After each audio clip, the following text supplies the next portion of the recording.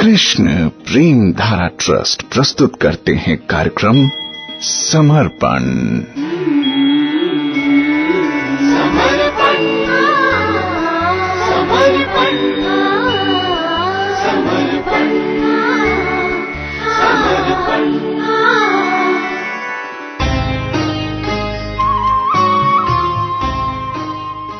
कार्यक्रम समर्पण में आपके साथ हूं मैं प्रेम धारा। नमस्कार, कैसे हैं आप? आप सुनते चले आ रहे हैं कि कैसे भगवान श्री कृष्ण ने कालिया नाग को पराजित किया, उसे नाथा, उसका दमन किया। और न केवल ये, अपितु उन्होंने कालिया नाग को अपना शरणागत भक्त भी बना दिया। और इस तरह से कालिया नाग की जो पत्नियां हैं, जो कि भगवान श्री कृष्ण की भक्त हैं, उन पर बहुत ही बड़ा उपकार किया। कालिया नाग भी भगवान श्री कृष्ण की स्तुति करने लगा और उसने कहा कि प्रभु, आपने जैसा स्वभाव मुझे दिया है उसी स्वभाव को आपने मुझसे पाया है। नाग के अंदर क्रुद्ध स्वभाव होता है, वो क्रोधी होता है। तो आपके आने पर मैंने अपना क्रोध ही प्रकट किया। तो काली नाग के जो शब्द थे उसको सुनकर भगवान बहुत ही प्यारा उत्तर दे रहे हैं आज, जिस पर हम अपनी चर्चा प्रारंभ कर रहे हैं। श्री सुखदेव गोस्वामी जी बता रहे हैं कि कालिया नाग की बात को सुन करके भगवान कुछ कहने जा रहे हैं। इत्याकर्ण्य वचः प्राह भगवान कार्य मानुषः नात्र स्थेयम त्वया सर्प समुद्रम जाहि मा चिरम स्वज्ञात्य पत्य दाराढ्यो गो नृभीर भुज्यते नदी। सुखदेव गोस्वामी जी ने कहा कि कालिया के शब्द सुनकर मनुष्य की भूमिका संपन्न कर रहे भगवान ने उत्तर दिया, हे सांप, अब तुम और अधिक यहां मत रुको। तुरंत ही अपने बच्चों, पत्नियों, अन्य मित्रों और संबंधियों समेत समुद्र में लौट जाओ। अब इस नदी को गौओं और मनुष्यों द्वारा भोगी जाने दो। तो यहां पर भगवान ने जब कालिया नाग की स्तुति सुनी, ये कालिया नाग भगवान को ही कह रहे हैं कि प्रभु, मैं जो आपके चरण में शरणागत हुआ, ये आपकी बहुत बड़ी कृपा है मुझ पर, नहीं तो एक क्रोधी सर्प भला अपना क्रोध कैसे त्याग कर सकता था। श्री ब्रजराज नंदन के चरण के प्रहार से क्षीण देह कालिया, यानी उसका देह बहुत ही कमजोर हो गया था, उसका मस्तक टूट गया था और किसी तरह से वो दीर्घ सांस छोड़ते छोड़ते उसने हाथ जोड़ करके जो कुछ कहा भगवान के सामने, तो भगवान उससे बड़े ही प्रसन्न हुए। वो समझ गए कि कालिया का जो भयंकर गर्व था, अभिमान था, वो टूट गया है, वो दूर हो गया है। इसीलिए अब वो मेरे आदेशों का पालन करने में समर्थ होगा। तब उन कार्य मानुष स्वयं भगवान श्री कृष्ण ने प्रसन्न चित्त से, मृदु वचन से कालिया को कुछ आदेश दिया। ये जो इस श्लोक में शब्द आया कार्य मानुष, इस शब्द से श्री भगवान के अनेक प्रकार की लीला और कृपा का संकेत मिलता है। श्री भगवान दुष्ट दमन आदि के द्वारा जगत का हित करते हैं और इस प्रकार वो ऐसा निज कार्य करते हैं और इसके लिए वो अपनी नित्य सिद्ध नराकृति पर ब्रह्म स्वरूप में जगत में अवतीर्ण होते हैं। इसलिए भी उन्हें कार्य मानुष कहा गया। या फिर वो अपनी इस मनुष्य मूर्ति में ही ब्रह्मादि देव गणों के द्वारा भी जो असाध्य है, जो उनसे नहीं होता है, ऐसी असुर मारण आदि लीला करते हैं। और जो अन्य अवतारों में भगवान असुर को मारने के लिए चक्र आदि धारण करते हैं, ऐसा कोई चक्र भी ब्रजराज नंदन धारण नहीं करते हैं, इसलिए भी वो कार्य मानुष कहला रहे हैं। या फिर जिनका कार्य और जिनकी लीला के द्वारा प्रेम भक्ति प्राप्त की जा सकती है, और उस प्रेम भक्ति को प्राप्त करके मनुष्य असल मनुष्य हो जाता है, इसलिए भी उनका नाम कार्य मानुष। या फिर वो स्वयं भगवान होकर भी मनुष्यों की तरह बाल लीला आदि कार्य करते हैं, इसलिए भी उनका नाम कार्य मानुष। या फिर जिनकी मनुष्य अथवा नराकृति के जो पार्षद वर्ग हैं, नंद आदि गोपगण, वो ब्रह्मा जी के भी पूज्य हैं, इसलिए उनका नाम कार्य मानुष। या कार्य शब्द का अर्थ श्री भगवान की लीला, श्री भगवान लीलामयी नराकृति धारण करते हैं, जो कि उनका नित्य स्वरूप है, इसलिए भी उनका नाम है कार्य मानुष। जो भी हो, उस कार्य मानुष श्री भगवान श्री कृष्ण ने कालिया के मस्तक पर नृत्य करके दुष्ट का दमन किया और कालिया को यमुना से हटा दिया, उसको जाने पर विवश किया, आदेश दिया जाने का, और इस तरह ब्रजवासी भक्तों का पालन रूपी कार्य किया। श्री भगवान की ये जो समस्त लीला है, इन समस्त लीलाओं का संकेत ही इस श्लोक में है, जहां पर उन्हें कार्य मानुष कहकर पुकारा गया। तो कार्य मानुष स्वयं भगवान श्री कृष्ण ने कालिया को कहा, हे सर्प, मेरे लीला स्थान ब्रजमंडल में तुम्हारा वास करना बिल्कुल उचित नहीं, क्योंकि तुम अपने स्वभाव से अत्यंत क्रोधी हो और विष उगलते हो। हालांकि तुमने मेरे भय से अपने क्रोध का संवरण कर लिया है और अब शांत हो गए हो, तो भी तुम्हारा स्वभाव है विष उगलना, उससे यमुना का जल दूषित होता रहेगा और इससे ब्रजवासी जीवगणों का अनिष्ट होगा।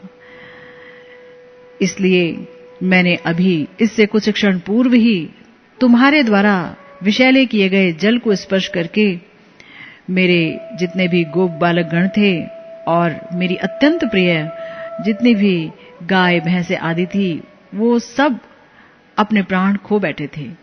यदि कहो कि मेरे चरण स्पर्श से तुम्हारा सब प्रकार का विष दोष समाप्त हो गया है, तथापि अब तुम्हें यहां नहीं रहना चाहिए। क्यों?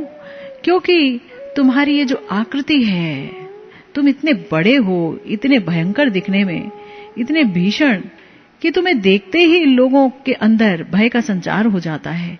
इसलिए हे कालिया, अब तुम मेरे लीला स्थान में मत रहो, क्योंकि तुम्हारे जैसी भयंकर आकृति वाले जीव का यहां रहना अब उचित नहीं। मेरा ये जो लीला स्थान है, इसमें मेरे प्रेमिक पार्षद गण ही वास करते हैं। वे निरंतर मेरी सेवा करते हैं और मेरा ही आनंद वर्धन करना चाहते हैं। तुम्हारे कारण यदि उनके कार्य में बाधा पड़ती है, तब मैं तुम्हें कभी भी क्षमा नहीं कर पाऊंगा।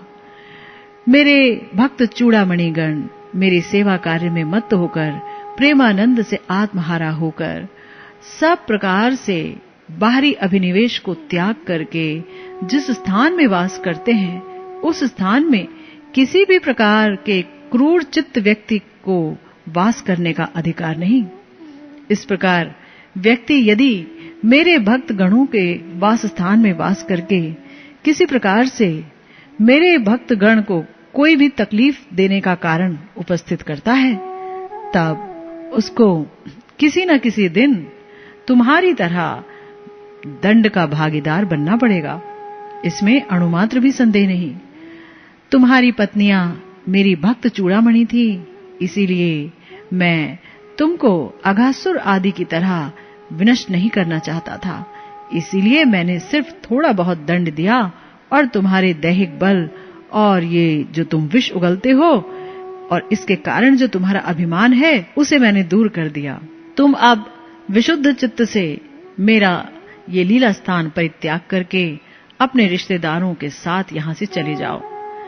तुम यमुना हृद में वास करते हो, इसीलिए इस यमुना हृद का यानी ये जो यमुना जी के किनारे इतना विशाल ये जो गड्ढा है, इसका पानी इतना विषाक्त हो गया है और इतना भयावह कि मनुष्य तो मनुष्य, पशु पक्षी कोई भी जीव, चाहे वो पशु हो, पक्षी हो या देवता ही क्यों ना हो, वो इस तरफ आने का साहस नहीं करता था।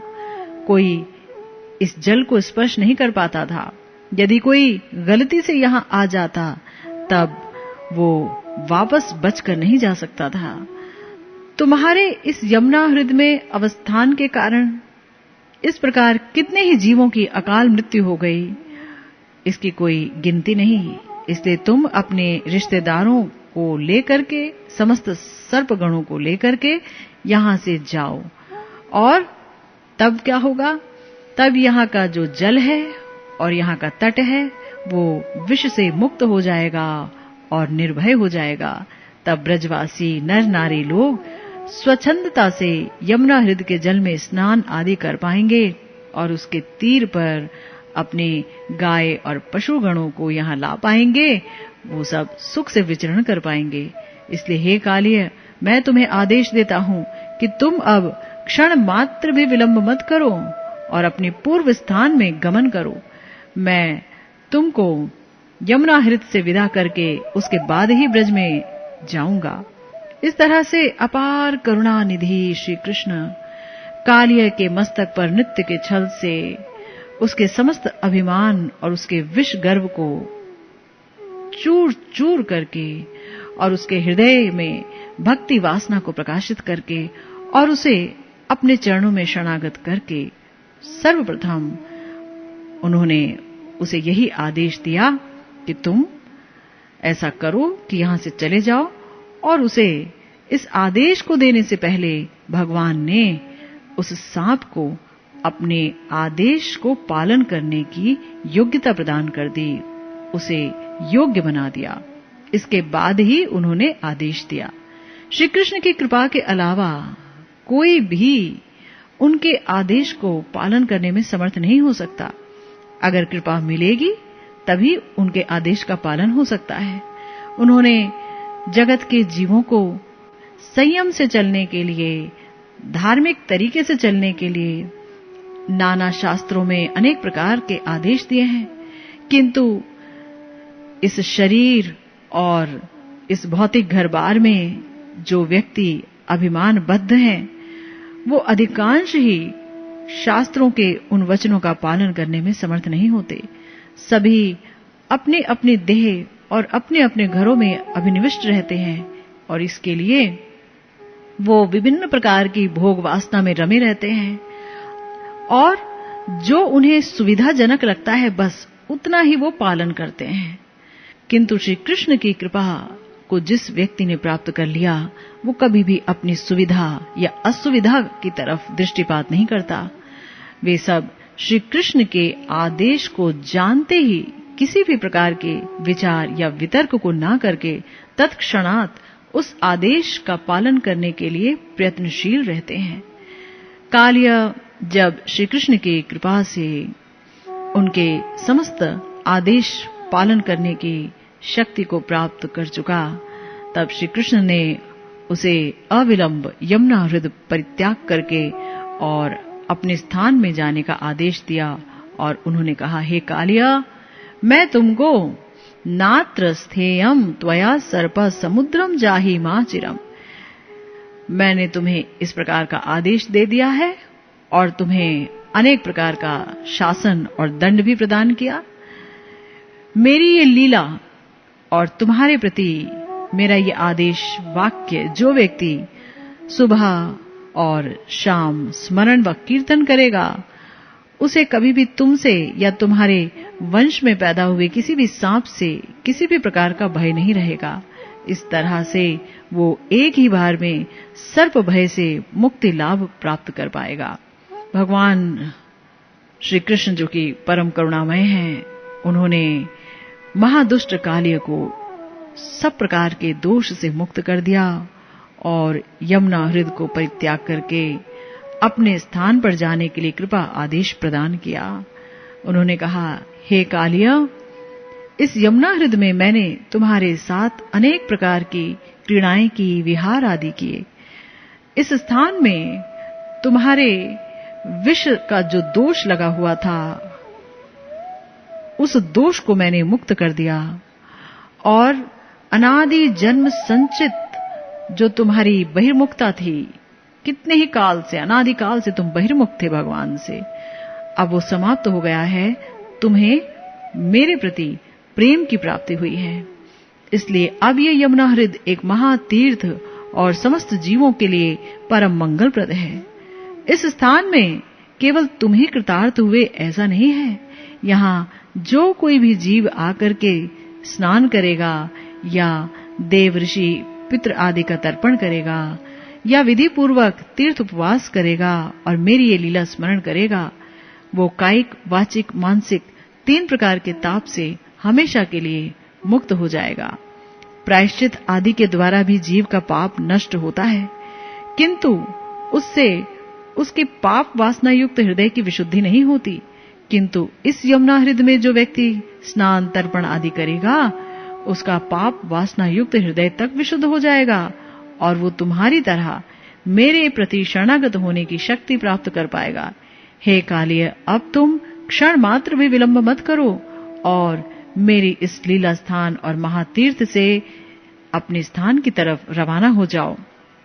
तुम यदि तुम्हारे समस्त संबंधियों, पुत्र, पत्नी आदि असंख्य भीषण आकृति सांप के समेत यमुना हृदय में और यमुना हृदय के किनारे पर अगर वास करोगे, तब तुम्हारे भय से यहां कोई भी नहीं आ पाएगा। हालांकि तुम्हारे और तुम्हारे जितने भी अनुचर लोग हैं, यानी तुम्हारे रिश्तेदार हैं, तुम सब में अब किसी प्रकार की कोई हिंसा प्रवृत्ति नहीं है, किंतु तुम्हारी आकृति ही सबको डरा देती है। इसलिए इस महातीर्थ में वास करके तुम यहाँ के वासियों का अपराध करोगे, इसलिए तुम यहाँ से दूर चले जाओ और उनको पीड़ित करना तुम्हारा कर्तव्य नहीं है। जो लोग मेरी चरण में शरणागति लेते हैं, उनके शरणागति का अधिकार हमेशा चिरस्थायी रहता है और उसे चिरस्थायी बनाने के लिए मैं हर तरीके से उनके हित के बारे में सोचता हूं, ताकि काया, मन और वाक्य से कोई प्राणी उन्हें उद्वेग ना दे पाए। किंतु तुम लोगों का जो स्वभाव है, वो स्वभाव ऐसा है जिससे कि समस्त जीवों को उद्वेग मिल जाता है। विशेषतया तुम्हारी ये जो आकृति है, उससे तो सब डर जाएंगे, इसलिए तुम यहां से जाओ। श्री कृष्ण की अपार कृपा से उनके चरणों में एकांत शरणागत कालिय श्री कृष्ण के इन समस्त आदेश वचनों को सिर झुकाए सुनने लगा और मन ही मन सोचने लगा कि मैं श्री कृष्ण के इस आदेश को अक्षरशः पालन करूंगा। किंतु उसके मन में एक बात उठी कि पूरी जिंदगी गुजर गई और मैं श्री कृष्ण की तरफ ना मुड़ा, बहिर्मुख रहा और केवल दैहिक आदि में आसक्त रहा और इसीलिए तो अनेक प्रकार के कुकार्य करता रहा। आज श्री कृष्ण की अपार कृपा से मेरा सारा अभिमान दूर हो गया है, किंतु मेरे भाग्य में उनके चरण की सेवा का अधिकार नहीं प्राप्त हुआ, यानी मेरे भाग्य में उनके चरण की सेवा नहीं लिखी, यह अधिकार मुझे नहीं मिला। क्योंकि जब मैं इस यमुना हृदय से जाऊंगा, तब मेरा पूर्व शत्रु महाबलशाली गरुड़ अवश्य ही मेरे प्राणों को नष्ट कर देगा। हालांकि श्री कृष्ण की कृपा हुई है मुझ पर और हो सकता है कि अगले जन्म में मुझे उनके चरण की सेवा की प्रवृत्ति मिल जाए, सुयोग मिल जाए। तथापि मेरी इस देह पर श्री कृष्ण के चरणों का स्पर्श प्राप्त हुआ है, इसीलिए इस देह को त्याग करने की मेरी बिल्कुल भी इच्छा नहीं है। प्रति जन्म में मुझे एक देह मिलेगी, इसमें कोई संदेह नहीं है, लेकिन श्री कृष्ण के चरणों द्वारा स्पर्शित देह क्या अब किसी अन्य जन्म में मिल पाएगी? हाय हाय, मेरा क्या दुर्भाग्य कि मुझे बिना मांगे ही ये जो भयंकर विस्मय देह है, जिससे कि सब घृणा करते हैं, जिसकी सब उपेक्षा करते हैं, उस देह पर श्री कृष्ण के चरणों का स्पर्श मिल गया, तो भी हाय, मैं उस देह की रक्षा करने में सक्षम न हो पाया। जिस तरह से जलधर होता है, यानी कि मेघ होते हैं, और मेघ बिना मांगे खूब बरसात करते हैं, लेकिन जिस घड़े में छेद हो वो चाहे जल से भर भी जाए, किंतु उस छेद से उसका सारा जल ही चला जाता है। उसी प्रकार मुझे भी बिना मांगे श्री कृष्ण की अपार करुणा मिल गई, किंतु उसका एक बिंदु भी मैं उपभोग नहीं कर पाया। अनादि जन्म संचित मेरे पुंज पुंज अपराध के छिद्र से सब करुणा, सब कृपा हाय चली ही गई। तो देखिए कितनी सुंदर सोच है इस कालियानाग की, और उनके हृदय में भगवान के प्रति अनेक भाव उठ रहे हैं, जिन पर चर्चा जारी रखेंगे हम। सुनते रहिएगा समर्पण।